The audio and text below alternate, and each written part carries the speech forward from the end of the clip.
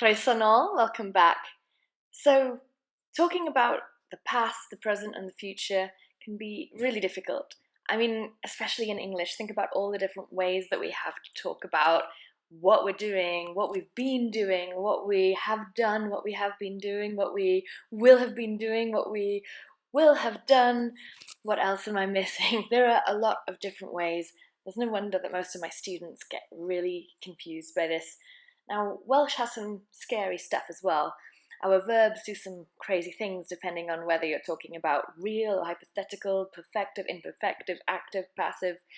Just try writing a verb into Google Translate and see what comes out in Welsh. For example, if we type in do, we get a list for you to choose from that contains gwneud, gwna, gwneud, gwnan, gwnant, gwneir, gwnaeth, gwnes, gwneithau, and, well, 170 other things. Well, this might be intimidating to say the least. There are some small hacks you can use to talk about time. You just need to know the verbs. Dwi'n siarad Cymraeg both means I speak Welsh and I'm speaking Welsh. Like in general and right now, we don't distinguish. Dwi'n bwyta caws could be I eat cheese or I'm eating cheese right now. So if you want to talk about a specific time in the past, you can just add neshi. So this comes from gwnesu, the verb gwneud, to do. So you just need to know how this verb conjugates for everybody so that you can pop it before a verb and say that something happened in the past. So here we go.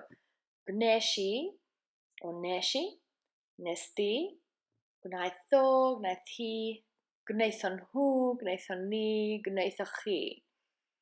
So then you add the mutated verb. So for example, nes I siarad Cymraeg. It would be I spoke Welsh, but kind of at a specific point, like ddoe, nes I siarad Cymraeg. Nes I fwyta afal, nes I gysgu, or maybe naethon nhw fynd i'r siop.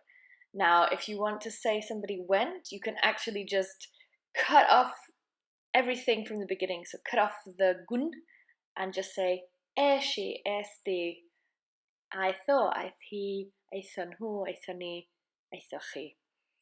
So, aethoch chi allan neithiwr. It can sometimes sound a bit weird or overly colloquial, but as a starting point, you can use it to get your point across. However, you can't say neshi wedi blino. That sounds weird. So for a state, like a mood, you'd use I was. So for that, we need roedd. Let's look at that. Roeddwn ni, roeddet ti, roeddo, roedd hi, roedden ni, roedden nhw, roeddech chi. So, roeddwn ni yn siarad Cymraeg would be I was speaking Welsh. Or it could even mean I used to speak Welsh. Roeddwn ni wedi blino, I was tired. Or roeddwn ni'n cysgu, I was sleeping. Now, for where we use have been or had been in English, like I have eaten, I have seen, we just add wedi, and the verb doesn't change. So, dwi wedi bwyta afal is I've eaten an apple. Dwi wedi bod yn Florida, I've been to Florida. Okay, so for example, mae John wedi chwarae'r piano ers 10 mlynedd. Now, if you add two of these things together, roedd and wedi, roeddwn ni wedi bod yna. I had been there. Roeddwn ni wedi bwyta afal. I had eaten an apple. Okay, this is of course very fast introduction. Let's see if you can work out how to say these things in Welsh. Pause the video and try, and then I'll tell you the answer. So, I have eaten 10 apples.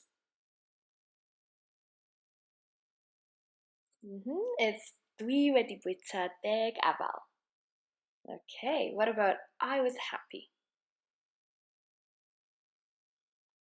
Roeddwn ni yn hapus. Now, we often shorten roeddwn ni. You might hear ro'n i'n hapus or even o'n i'n hapus.